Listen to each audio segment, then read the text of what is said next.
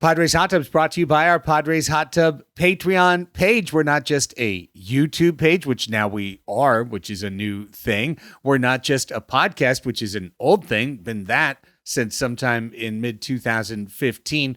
But we are also a burgeoning community in its third year, the Padres Hot Tub Patreon community at patreon.com/Padres Hot Tub, where for as low as $5 a month, you can receive a plethora of benefits, a veritable cornucopia, I dare say, Chris Reed, including free podcasts, bonus podcasts, early delivery, and much more. You got the wrong holiday, dude. That's Thanksgiving. It's an Easter basket. It's filled with yums and sparkles and fluffs and all sorts of good things. That's what's going on with our Patreon. I just want to point out that we're getting 2 feet and we're jumping squarely into 2011 with the YouTube. But our Discord is firmly entrenched in the now, man. It is a thriving community filled with discussion on the Padres, of course. You're going to hear us once you're in our Discord as a patron. You're going to see a lot of little inside jokes that get thrown to those fine folks over there. There's a ticket exchange marketplace. We saw people hooking up in Atlanta this weekend, 2,000 miles away from Petco Park. Padres Hot Tub Discord members were linking up and having a good time. For baseball activities. When you say hooking up for baseball activities. They were hooking up, exchanging fluids. Mark exchanging tickets. Sorry, yes, tickets. Wrong channel. That's a higher Patreon level. We don't talk about that one in the ad. I'm just saying it's a real community, Craig. You can find out more, but maybe not too much more at patreon.com/Padres Hot Tub.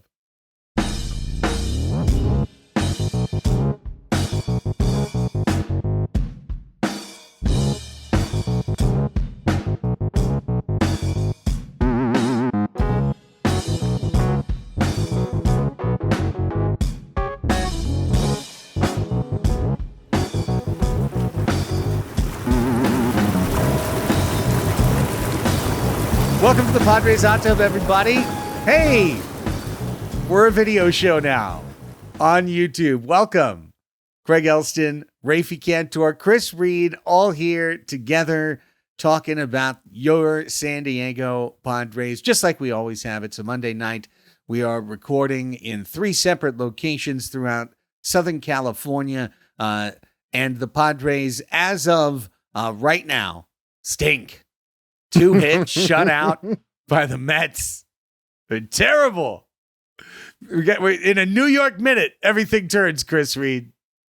It's karmic within the NL East, I guess. You hate to see it. We kind of had Mad Max's number for a minute. I just want to point out that this was inevitable that we were going to switch to video as soon as Craig brought on a face to the operation. This has been a show for writers and voices, and now that you guys got some looks in the building, it was only natural. Well, we are here, and we thank you, and make sure to do all those important things. Smash the subscribe button, like the channel, comment, do all of those things, please, for this individual video as well, if you like it. And Raphie, thank you for all the work you have done helping set things up. I can humbly say I've added the visual of the blankets, our lovely backdrops, or in some people's cases, you mean a toga? Togas? You mean a toga? That's what this is. Yeah, absolutely. Yeah. But everything else, Raphie, I got to say thanks to you, my friend. It's a pleasure. I'm happy to be here to usher this video the show into the last decade, as Chris said. So I think right about now we're going to be cheering for Chris Denorfia on the come up. Ryan Ludwig's going to turn it around soon. I just know it. I've been promised it. I'm actually wearing the right jacket, so yes, you we're are. just going to lean into it. But I'm happy to talk about the very present very fun and sexy 2023 San Diego Padres with you guys. This is a pro labor podcast, and it's always been an anti Ryan Ludwig podcast. So this is an anti Ryan Ludwig before it space. existed. It was it was like it was. You know what they used to say, that you were a twinkle in your. Did your parents ever say that you were a twinkle in my eye at that point? Like when I was at the Ludwig press conference, Padres hot tub was a twinkle in my eye. If only there was a place. All right, coming up on today's show, can the Padres afford to keep their 6-man rotation together? And how long can they afford to do that? Is Joe Musgrove crazy? Yeah, I know he's hilarious. I mean, Joe Musgrove does something ridiculous, and it really stinks for the Padres, at least in the short term. Robert Suarez, dead, Canadian. We're not sure. He's also unavailable at this point. And the team on the field is doing pretty okay. We're going to talk about it all here today on the Padres Hot Tub. And you know, the last time we got together, guys, was for a Thursday night post-game show. We do live post-game shows. We do live group therapy shows for our patrons, patreon.com/Padres Hot Tub. They take part. And there was, I think a decent amount of consternation on Thursday's show because it was back-to-back games that the Padres could have won, that their bullpen let them down, that they didn't have enough good arms available to get them from point A to point B. The dynamics of flow not working for the San Diego Padres. And so there was some concern. And then the Padres went out and beat Atlanta 3 straight times and showed all the different ways that the team can be good with clutch pitching, with great work from the starters, with some big hits. And then at the end, one of those dynamic offensive presentations that I think we'll start to see more and more as the year goes on, where they just take a game and just kind of wipe it off the face of the earth and say, opponent, we're going to put up double digits, and now what are you going to do? Well, dude, you nailed it. That was what was impressive, is it wasn't one way of winning.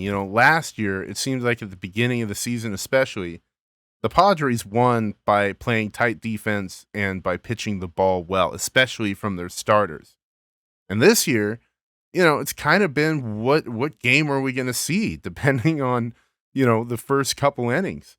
And they ended on a super high note with that 10-run bonanza that led us all feeling great about heading into the Big Apple. And now they stink. Now they stink. What can you do? Small sample size. We're up to a whole 10 games now, right? We're a 16th of the way through the year, so we've accomplished the equivalent of one NFL game. Now, what the Padres have done so far equates to one NFL game. So one NFL game in, is there any underarching conclusion, never mind overarching conclusion, that either one of you would like to draw so far, whether it be to identity or success or trouble? I think we know the trouble one, man. I think it's kind of covered that the bullpen needs help. And the Robert Suarez news coming out today that his recovery has been delayed or, who knows, postponed. Like, we kind of don't know what's going on with him. We don't know if this is like we're going to do platelets so that he doesn't have surgery down the road or what. We don't really know. We just know that it isn't looking good. And the news kind of keeps getting worse about our key setup guy. And that's kind of left the team extended because guys haven't performed like we wanted them to. And when we've seen them drop games, that's been where it's at, kind of underlined. Raphie, remind me, because there were some creative contracts signed this offseason. If Robert Suarez gets hurt and doesn't pitch an inning in 2023, does he get an automatic 5-year extension? What happens in that circumstance? Yeah, so actually, if he slips and falls in the shower, he now owns the team. So we there's a big variance of this is that risk reversal that we were talking about that AJ Preller was so creative about. So we're just kind of buying each other's downside, you know? Yeah, I mean, really though, he has like a player option, right? That he can just keep triggering. After 3 years, I think he has. Okay. Yeah. Well, I mean, this downright stinks. Suarez hurt, and at this point now, with a feeling something in his arm. That was the initial report. Now, Kevin Acey, lurker in our Patreon Discord, according to some, unproven, by the way, and yet we have people in there to apologize for him. So the myth continues. It's a thriving community. It is kind of like Bigfoot. The myth continues. Is he in there? He reported prior to recording this on Monday, April 10th, that the Padres believe there is no ligament damage for Robert Suarez. So it's AC. It's not Bob Nightingale. If it was Bob Nightingale, I would say Robert Suarez is halfway to amputation. You know, there's a decent chance that he's going to learn how to throw left-handed knuckleballs from here on out. But what would you put as an acceptable target to get either Suarez or Pomerantz back into this bullpen? Well, it sounds like Pomerantz is already about to begin a rehabilitation assignment in the minor leagues. So that at least gives him in the week's timetable, right? Because he hasn't pitched in at least one presidential administration.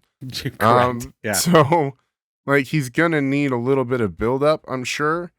And then the Suarez, it's beginning to feel like months and months and months. And you want your $10 million fantastic setup guy in September. Like, you want him by then, like, really, really badly.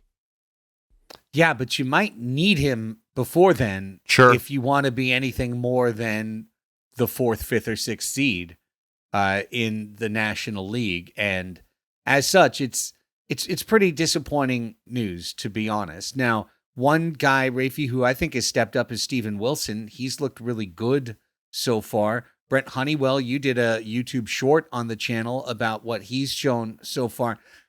And I just want to say, I think there's been a lot of cool stuff. And I think Brent Honeywell has had 2 very good outings. And his stuff looks good. And I know the numbers have matched up with the stuff. This kid has been so injured so often in his career.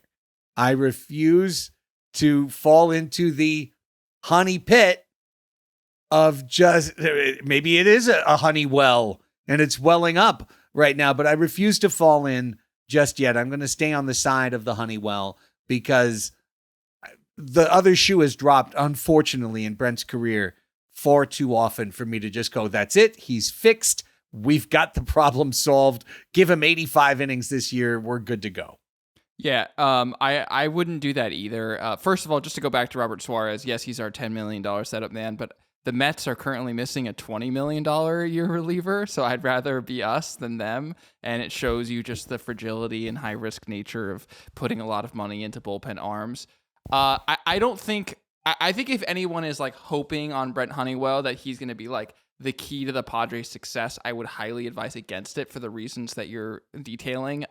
If you haven't already seen it, go on our YouTube channel. We have a short up that kind of overlays his fastball and his screwball. First of all, he throws a screwball, which is like the first time since Tungsten Armo Doyle in 1927 or whatever that tweet is about Mike Trout and Shohei Ohtani. Like no one throws screwballs anymore, so I'm just stoked to have it back in the game. But if you watch him throw it, you can see why he's blown out his arm 2 or 3 times at this point, like just the amount of torque that he's put on it. This is a potentially pure upside play for the Padres, but he's a reclamation project, and just like any reclamation project, he's low cost. I mean, we're maybe going to see Julio Teheran in a Padres uniform this year. Hopefully not if things are going well, but he's a reclamation project. I don't think anyone should be putting their hopes on Julio Teheran to come in and be the key to the Padres. Right now we have a bullpen deficiency. So Brent Honeywell happens to be in the place where the team is of most need. So I understand how people place their hopes and dreams on him, but he's not someone upon whom to be relied. He is a wonderful surprise that if things go well for him, could be a fun bonus in the story of the 2023 Padres. He is not someone upon whom the team should, put on his back. If that makes sense. And yet, San Diego has no choice but to every day select a group of essentially 3 or 4 pitchers and say, today is yours. And that's going to be it, because they're running in a 6-man rotation at the start of the season with a 7-man bullpen, where you've got a lot of guys that are down in a hurry. This isn't July where you've got rubber-armed guys that are in their 3rd game in a row and feeling pretty good about things. And the Padres tried to avoid that circumstance more often than not, really every year in the Preller era. They've always tried to manage their bullpen in a way where they're not grinding guys into dust. They did it in 2021. They ground their bullpen into dust, but it's because their starters always gave them 4 1/3 innings. Like, always. Every single game. It was the 5th inning and it was 95 pitches and it was time to go. So with very few exceptions. So I thought it was interesting, guys, that in the middle of the Atlanta series, first off, they were almost praying for rain, because they were like, one rain day would really help reset this bullpen in a pretty significant fashion. And then also, Ryan Weathers, the 6th starter, was in the bullpen for a couple of days. And, hey, Yu Darvish is in a routine and they wanted to keep the, numbers in a certain way. Okay, but also they were altering their starting rotation and dropping a starter into the bullpen in the 2nd week of the season. And that's leading to kind of the greater discussion topic of, is it inevitable that the Padres are going to do this and do it in a permanent fashion, that somebody from the 6 is going to drop into the 7 and we're going to be a 5-8? Decent shot of it. We know Bob Melvin prefers the 5-man. He wants 5 starters he can rely on. And the Padres went out and got 6 guys that they said, you guys are going to be starting, meaning Darvish, Musgrove, Snell, Waka, Lugo, and Martinez. All were said, you guys are going to get shots starting this year. And Lugo and Martinez got contracts that award them as starters and relievers both. To kind of just go reiterate what Raphie was saying, if we're relying on Brent Honeywell to be a revelation, last year around this time, all the cool little overlays were of Steven Wilson and his incredible slider that was filthy. And then in week 6, he no longer could locate that and had to completely rework the pitch. And it's now the sweeper that we talk about so much. So that can happen to Brent, this screwball or changeup that he's throwing could stop doing what it's doing right now. And then he's no longer an answer. We've got a very valuable piece of our rotation right now in Nick Martinez that, if I'm the people making decisions in the Padres, it becomes really hard to say Nick Martinez is more valuable to the team winning as a starter every 6 days, when you can have him in the bullpen eating up at least an inning or 2, sometimes in consecutive days, when the Padres need length more than ever. They're already eating up starters this year. Yu Darvish pitched over 100 pitches today. Yeah. Just because they didn't want to get to the bullpen. Seth Lugo has thrown 13 in 2 startings. He had a 7 inning and a 6 inning. And the last one, he looked like he got stretched a little bit because they didn't want to go to the bullpen. So if you're chewing up your starters to protect yourself from the bullpen, maybe it's time that the 6th, or in Weathers' case, the 7th man in the rotation goes and sits in the arm barn for a little bit, because that's where they're needed. Okay, but counterpoint. You're supposed to stretch your starters in a 6-man rotation because your starter is starting once a week. So when you're starting once a week, you have a trade-off. You get an extra day rest. You get an extra day recovery. the extra day training, strength training, right? You get to be at your absolute best. The exchange for that is basically one more inning. If you're a 5 guy, you're a 6 guy now. And if you're a 6 guy, we want you to be a 7 guy. And so Darvish coming out in the 7th, for example, in today's game, which was a 2-0 situation, and then he gave up a hard double to Mark Canha, and then gave up 2 of the most ridiculous pool cue soft contact singles that you'll ever see. I mean, 2 of the luckiest hits that Darvish will ever give up in his career back to back. And so it winds up looking like he had a bad outing today. He did not have a bad outing today. He had a fine outing today. And I'm okay, Chris, with the trade-off of every one of you 6 have to go 1 inning longer than you kind of think you're going to in exchange for we're not going to annihilate what is gone from some. I mean, honestly, now I look at it as, at least for me, I'll just speak for myself, my worst piece of analysis for this team coming into the season, which is just kind of thinking the bullpen is okay. I think the bullpen with Hader, Suarez, Morahone, Pomerantz, Wilson, Garcia, Hill, I think that group is basically impenetrable. I think it's great. It's dominant. You don't even worry about it. But we've seen 3 pieces taken out of that, and Tim Hill becoming important, and Luis Garcia becoming not the 6th inning guy, but the 8th inning guy. And, Steven Wilson, again, better, but 2nd-year guy. It's a little bit shaky right now. And if there was one thing I would add to the Padres right now, it would be a confident veteran reliever that you feel you could count on situationally. But if you have that kind of already sitting on your team in a guy that showed last year he can come out and be incredibly confident. If Nick Martinez is nothing else, it's confident. The Bulldog. I just think that Bob Melvin, and this is, completely uneducated, because I'm also guilty with you, Craig, too. I thought the bullpen was going to be, lights out. I think he's making decisions to protect the bullpen, and not just protect the bullpen, from, having to pitch. It's because they'll lose games, because Nabil Krismat isn't the pitcher he was last year. Tim Hill isn't the pitcher he was last year.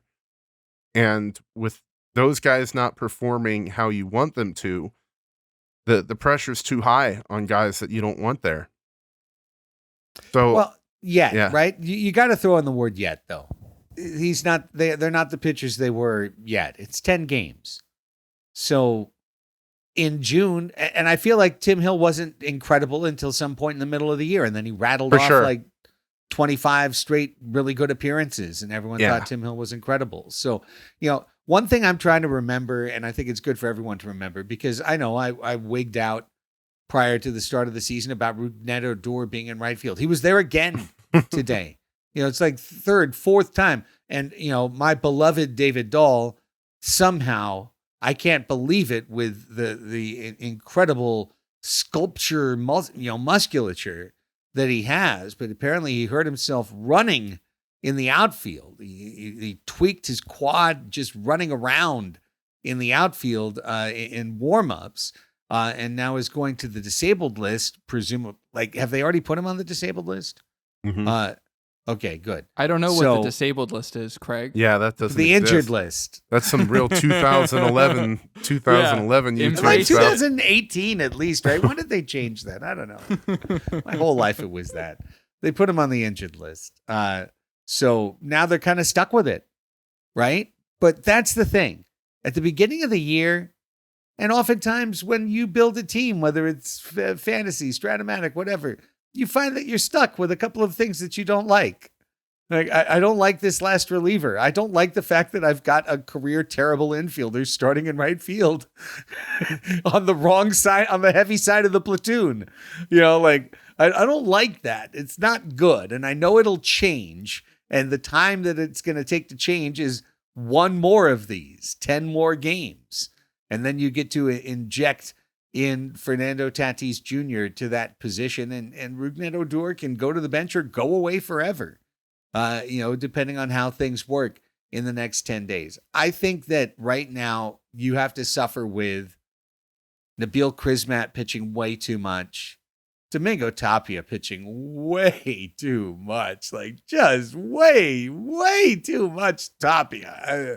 I'm just, this is not the sauce I want to put all over my fish all the time. Too much Tapia, demasiado Tapia. And you're stuck with it. You're stuck with dreaming on Steven Wilson and hoping that you can just get to Hader as often as possible. And I think you stick with this until it actually breaks. There's been talk of, there was the disappointment in not using Hader in the tie game that the Padres lost in the ninth when Krismat came in. And then there was this team doesn't score enough runs, and now we have to use Hader. So, there's gonna be imperfections in how you want to win games all throughout. I just think the Padres had a solution last year. Maybe I thought Ryan Weathers looked okay in the game. I don't think the product of Ryan Weathers starting the game was much worse than Nick Martinez. And I know Ryan Weathers out of the bullpen is not that effective. He is not a bulldog. He doesn't have the personality for it. We've seen it. And, Nick's there. And it just goes to is the team handling these guys with kitty gloves, like with Sanders' position, which I've been completely shown to be an idiot about. The guy plays a great shortstop. But are they... Yeah, go ahead, buddy. Yeah. I'm really glad. I was just going to bring up Xander, so I'm glad that you did, because it's a question of, are we maximizing everyone's strengths? Yeah. And, exactly. And is it, like you said, is a Nick Martinez start that much better than a Ryan Weathers start or a God love him Jay Groom start, who is not doing well in AAA right now, cannot find the strike zone? Or a Reese Kinnear start or whatever. But it's like, if Nick Martinez is trotting out in the 8th inning, I'm feeling a lot more confident, especially if he's doing that every other day and being able to have an impact and an imprint on more games when he can throw his changeup 40% of the time, as opposed to having to go 3 times through the order, limiting his most effective pitch, having to throw his less enticing offerings to really skilled hitters. And it's just I just don't think we're playing into our strengths, to be honest. And the question of, the question was can we afford to keep Nick and Seth Lugo in the rotation? And Lugo is earning his keep right now. I know it's only 2 games, but beyond, he's been so good. He's been so good. He was good in spring. He's been, and I'm having a lot of fun watching him pitch and watching that giant looping curveball of his. And I'm just curious if this team can be kinetic and adapt, and if they're willing to, recognize situations and make changes, or if they're going to dig in their heels because it's a veteran-heavy team and just kind of be like, guys have their roles and everything like that. So I don't know. Dude, case in point, the veteran who's playing right field right now over the young defensive speedster who would really play well to this year's version of the game, they're sitting Jose Azocar on the platoon split because, Rougned Odor has 100 points more on the OPS. And that's literally it, because he's a better defender. When he's on the base pass, he's a threat in a year when that is winning baseball games. That's not a fantasy. Teams are winning because they're stealing bases and being aggressive on the base pass. And they're not adapting. They're just going to these are the splits, and that's the veteran out there. That's who I want. You nailed it, dude. It doesn't feel like they're maximizing their strength. Okay, but I'm gonna push back on this one more time. We just both marveled, all of us, we agree, Seth Lugo has been terrific through 2 starts. Seth Lugo is making a major adjustment at the midpoint, or maybe just beyond the midpoint of his career. He's been a starter, but not really a great starter a couple of times in the past in his career. But then every time it didn't stick, and he wound up back in the bullpen. The Padres want to make it stick. Part of what's helping Seth Lugo potentially make this transition is that he's pitching once a week. and that he's not in a 5-man rotation where right now, where the Padres have almost no off days, it's going to be pitch 4 days, pitch 4 days, pitch. That extra day could be the difference maker for Seth Lugo being effective. It could be the difference maker for Michael Wacha being so far back-to-back 6-inning efforts. Terrific. You want to start putting him out there every 5 days. You're putting now more pressure on these arms that we aren't counting on for gigantic innings pitch totals at the end of the year. Darvish, he always extends once a week. That's the Japanese style of pitching, is once a week. He was so effective with that last year. Do we really want to mess with that? You know, what's screwing this up right now, the fly in the ointment, is Joe Musgrove and Robert Suarez. You know, Robert Suarez not being here and Joe Musgrove not being here. That's what mixes up the Padres' win condition. And it's a little bit of a transition to say that Joe Musgrove, the guy who's always hustling, always doing his best, you know, never wanted to miss a start in his $100 million contract. He made one of the, and we can giggle about it. It's legit funny. Find the YouTube clip. Yeah, watch this, everybody. Joe Musgrove's rehabilitation start in AAA. It's funny, but it's legit sad and freaking frustrating too, because Joe Musgrove made a playoff style play. Effort, not play. The play was Sports Center, not so top 10 for sure, as he did a whoop whoop balloon into the outfield. But in doing so, he landed full strength on his pitching shoulder. And today he received a cortisone shot in his shoulder. Before we talk about it, I want to lay out the timeline because people may be confused and just think that, you know, it was a little dribbler and he really wanted to get the guy out. That's not what happened. What happened is he had a liner come right back at him and bounce off of him. So immediately his adrenaline had to go, you know, from 0 to 60 in a millisecond. So, and then he runs after the ball, picks it up barehanded, rotates his body on the first baseline. You can watch it from there. And hurts himself. Yes. He hurts himself in a rehab start. But there's no thought. You can boil all the rest of it out. He hurt himself in a rehab. He hurt himself in the weight room, and then he hurt himself getting better. And he's still not here. And it's messing up the Padres. It's messing us up right now. I mean, I think it's really that simple. Like, we have to suffer for Musgrove's sins, but the only until suffering he can come back. The only suffering has been one Ryan Weathers start, really, and Tapia being on this team. Bro. I mean, like, there's that trickle down of it. You kick one guy off, and that kicks one guy further back in down the depth chart, and it adds one less arm onto the team. And hey, Tapia got through an inning today. You know, like, he's getting through innings. He's not going to be a draftable Stratomatic card, I don't think. But I didn't think that of Nabil Crismat a couple of years ago. And then Nabil Crismat, you know, put together some decent low leverage situational seasons. Now we're throwing him out there in tie games and in 3-run leads in the 6th inning, and we're not liking what we see when Nabil Crismat is put in pressure situations. Padres have a stars and scrubs roster, and there are too many scrubs right now. I think it's plain and simple. And it's because of the guys we're talking about that aren't here. They're built for a situation where they'll have a team that's got all these guys and they're completely loaded for bear. Until then, there's some holes. But I want to transition off that to what else can happen, because I think Sunday's game is important. Like, when this team hits, the Padres, then everything else goes from yellow to green, you know? Then you're not worried about the stress innings on the bullpen. Now that pitcher that's on the starting rotation has a low stress inning to get forward because he's pitching with a 10-1 lead. And that's what this offense can do, which brings me to the DH position.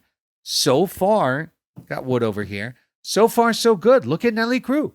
I mean, he rips a 6 RBI day in Atlanta.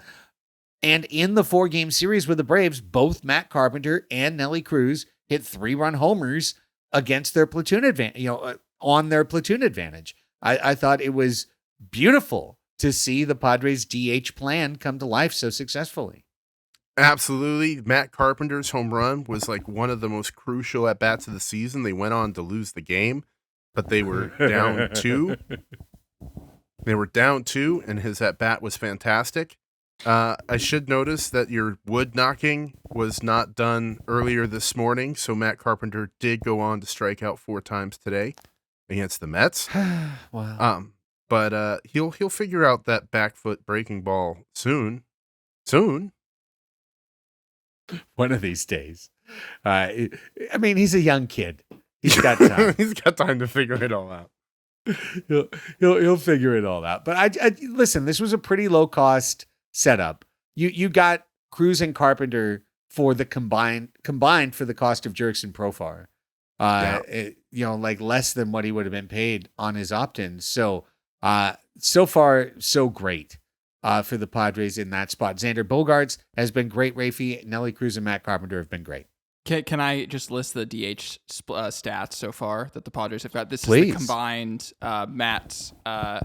Matson Carpenter Cruz. I think we have dubbed it. So in 43 plate appearances, the DH spot is hitting .333 with a .429 on base, slugging .667 so that's a 1095 OPS, a 174 OPS plus, and this is exactly the type of stuff that we always wanted the Padres to do. This is, what we saw the San Francisco Giants do 2 years ago when they won 107 or 8 games. I can't remember exactly, 107, I think. And which is basically saying to players, you do one thing. It's the one thing you're really good at, and we're not going to make you do anything else. Nelson Cruz, you don't have to go on the field.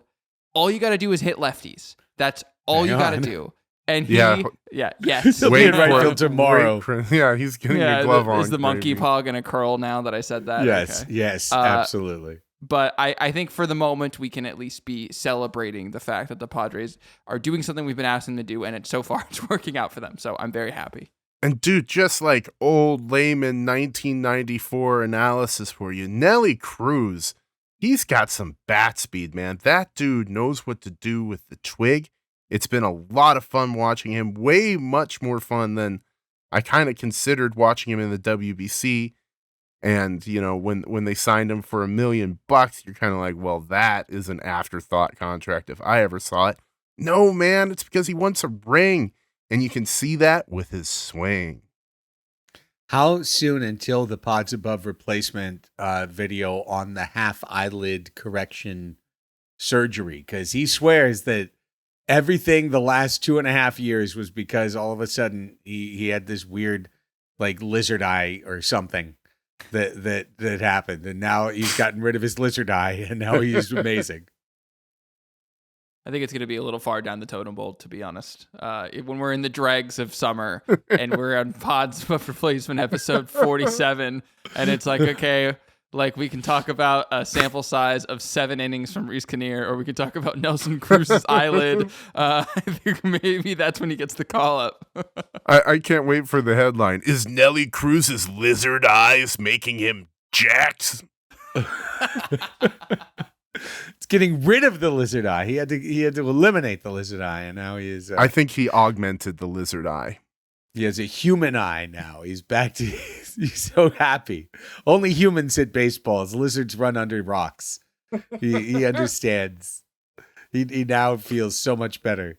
It was just the instincts when he was in the box were completely backwards. So we need to see some more of that. Juan Soto's starting to hit a little bit. Last week and on our post-game show. What? No? He's not hitting? No, he is. But did you guys see what his new thing is? He talked about it on Sunday Night Baseball, and he had talked about it in other interviews how he couldn't do the shuffle anymore, so he's working on another thing. And what that thing is calling timeout before there's been a pitch.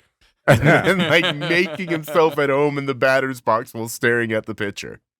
Well, it's funny, though, Chris, because I remember when I read the minor league stories of these rules changes, it said that the time that hitters settled into doing one of two things basically every at bat.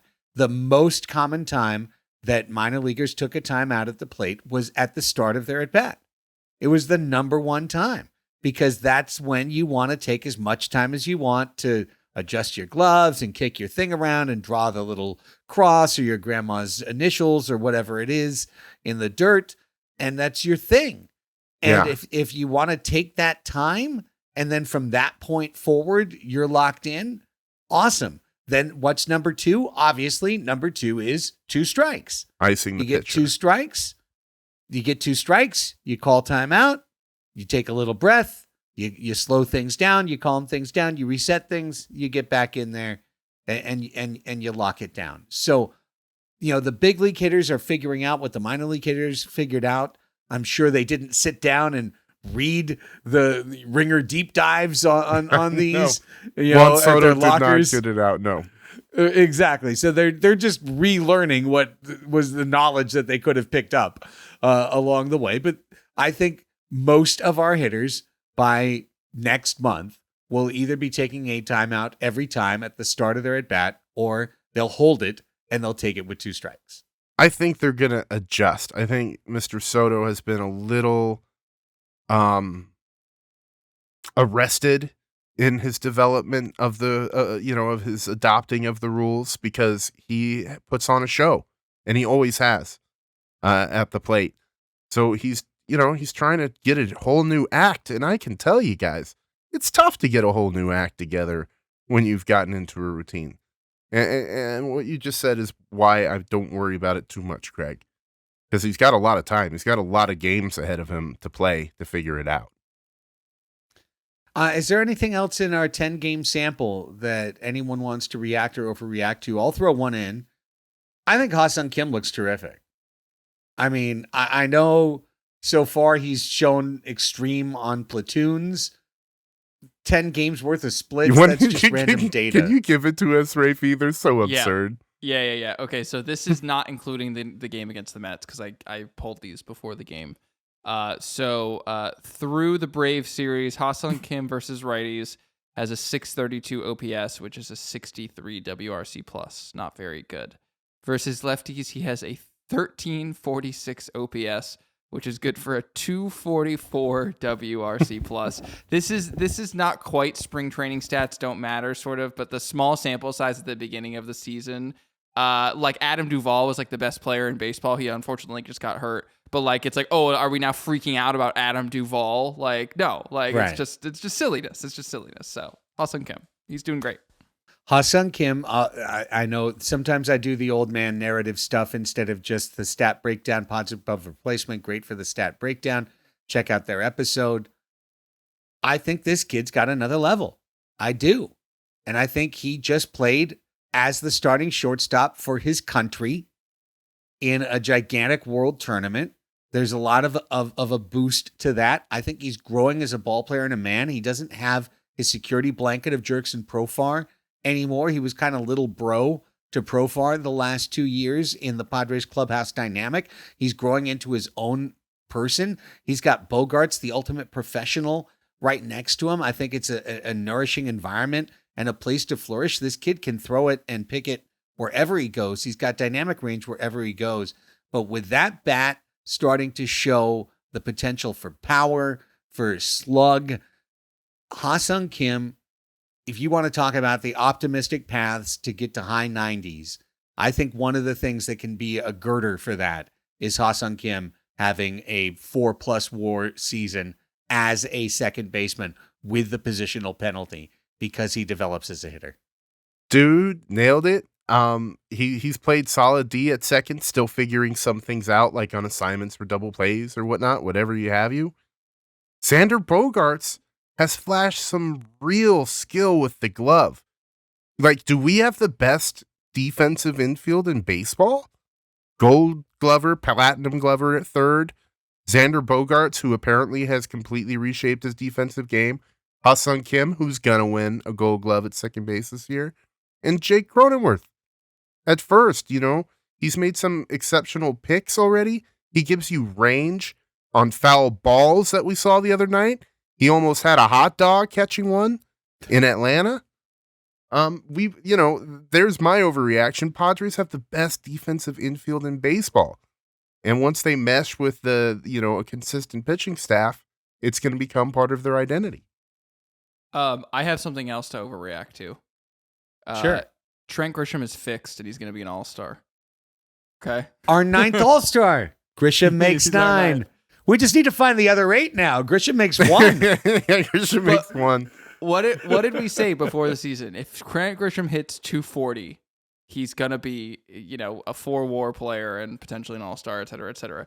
Not including this game against the Mets, he's hitting 243, getting on base 333, slugging 541, 874 OPS.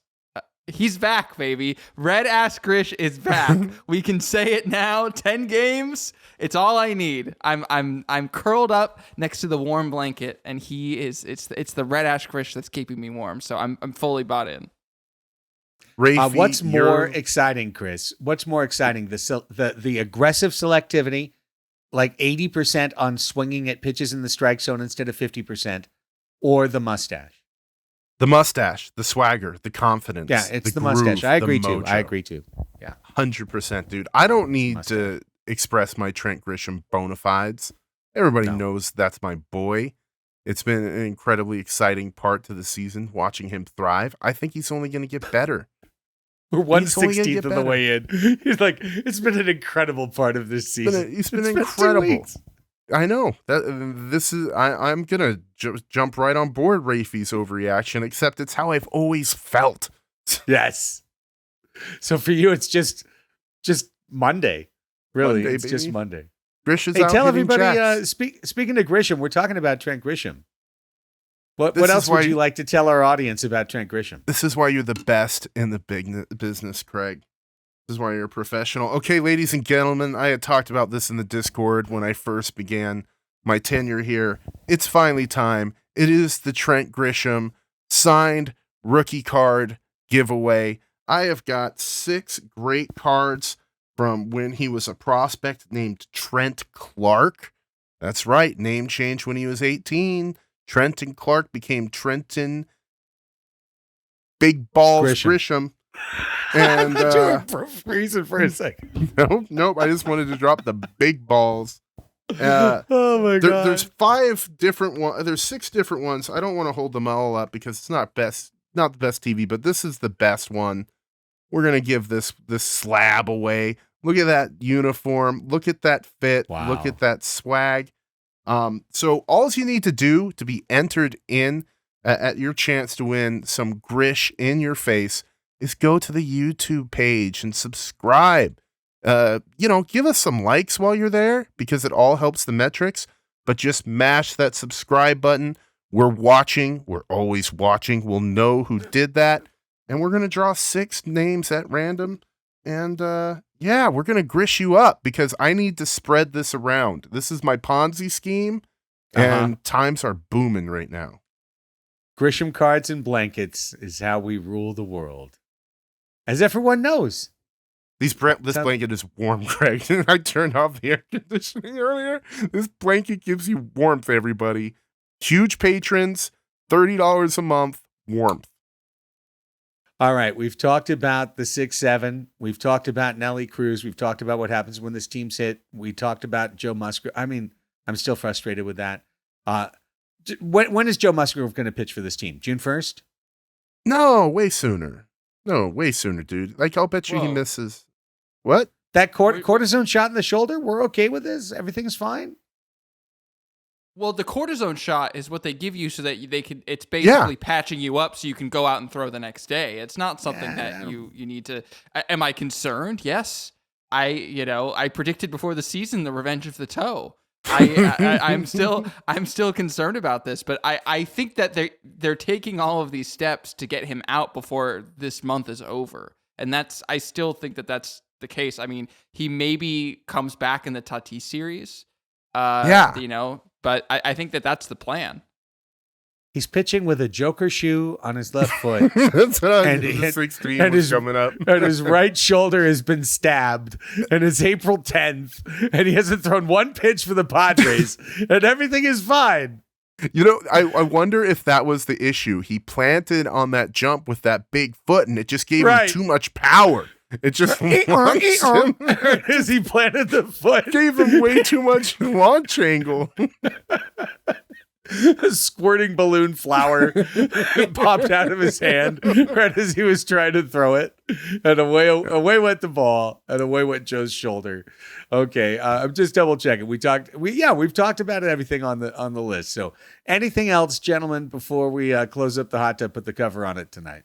I'm going to re-emphasize that I don't think the Padres have adjusted to the speed game, to 2023 MLB rules. That's a good one. That's a good one, because we didn't talk about that from the weekend a little bit. I mean, boy, whether it's I know every time I bring up that Austin Nola looks terrible behind the plate, I get rebuked. Like everyone goes, the pitchers are too slow. They can't possibly. And I get it. But the one thing, and I don't even throw it out to my stat head amigo here, like if the distance between the bases is shorter and all of the pitchers are struggling with this and all of the base runners are enjoying it, at some point, isn't pop time going to become the differentiator on this? I mean, just the total time. You've lost the ability of like, oh, well, I really have a great pickoff move and I'm super deceptive holding runners on. Like Andy Pettitte would have just gone absolutely crazy with these new rules. He would have lost his mind. He might have lost his job. Like literally, it was like part of his identity. And now I'm starting to wonder if like that element, the pitcher holds the runner on well, is gone. And now it's down to math. It's down to how fast does the ball get there and how fast does the ball get from the catcher to second base. I would caution to say that the hold runner side of things is completely gone because, I know you asked me for a sabermetric perspective. From the eyeball test, it doesn't look like our pitchers are doing really fuck all to try and keep runners all. I'm sorry. But like they I'm willing to like let it go from like you Darvish or like, people who we're just kind of accustomed just to seeing that's just not part of their game. But like the pitchers know we are in a different environment.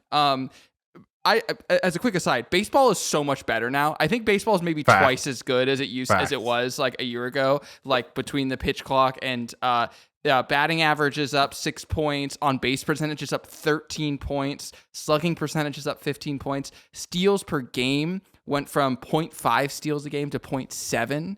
So I don't know, 20-30% increase in stolen bases like this year, and it's so much more entertaining. And the pitchers have to know.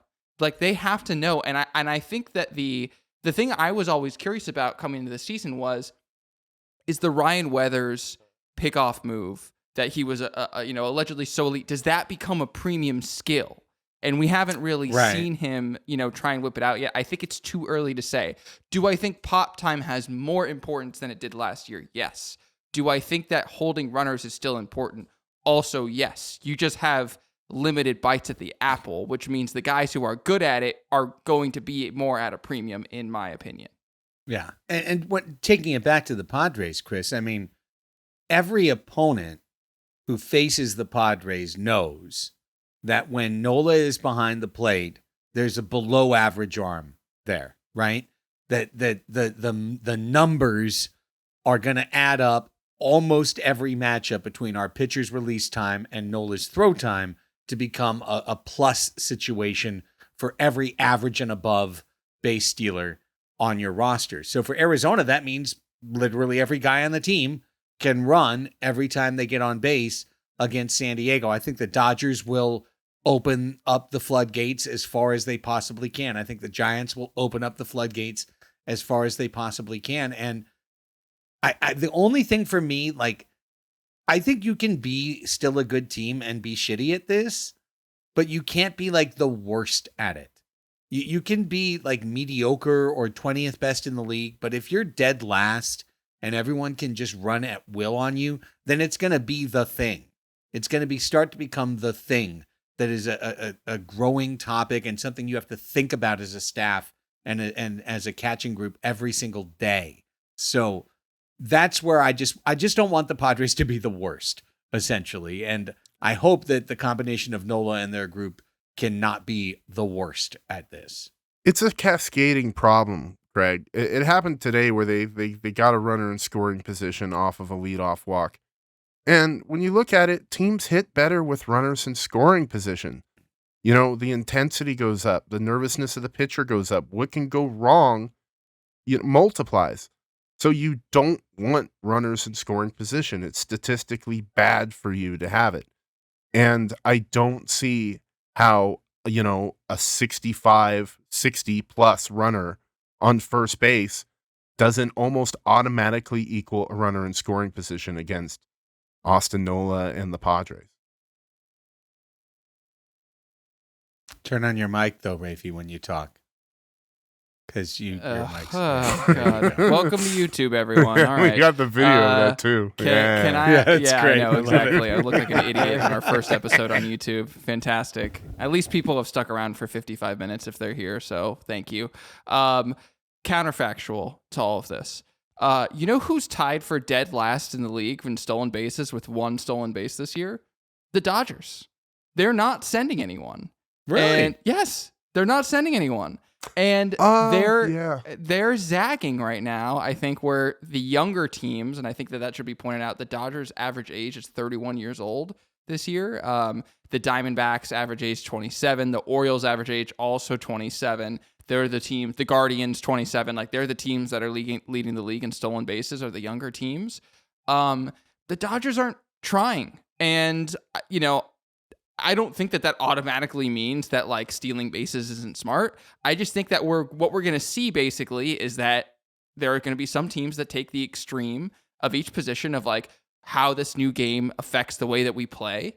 And we're going to find out at the end of the season, like there are going to be teams that are going to stick to the conservative running strategy, and we're going to see if they benefit or don't benefit from it. So it's going to take a whole season to know. So, this is one of those things that it's just way too early to find out, but color me intrigued. When I just looked at that, it was really shocking to see that. All right, Padres Hot Tub. Let's see if the Pods can take this one from New York. They're back home to take on the Brujas this weekend. We'll have post-game shows as the week continues. And for everybody who's enjoyed the show, in addition to please hitting that subscribe button, if you would not mind, join us, patreon.com/Padres Hot Tub. I think you will enjoy it. patreon.com/Padres Hot Tub. Just $5 as an introductory offer. You get to that $12, $30 level. We start taking you to ball games, sending you blankets, wrapping you up in swaddling clothes, and everything else. I also want to point out that big patrons and huge patrons are going to get a little baseball card gift package from me, your buddy Chris, to spread some Padres love this season. And Chris, already a huge patron, already wrapped in the swaddling clothes right there. That's part of the advantages you get. Get nice and swaddled up. Guys, in the these are Padres Hot Tub toasty. blanket. I don't want to associate anything too graphic with our blankets, but I'm just going to say boob sweat. Wow. That's how I always like to wrap up a show. Just like Dan Rather did at the end of CBS Evening News. It's a new era, Craig. For Raphie and Chris, I'm Craig. Boob sweat.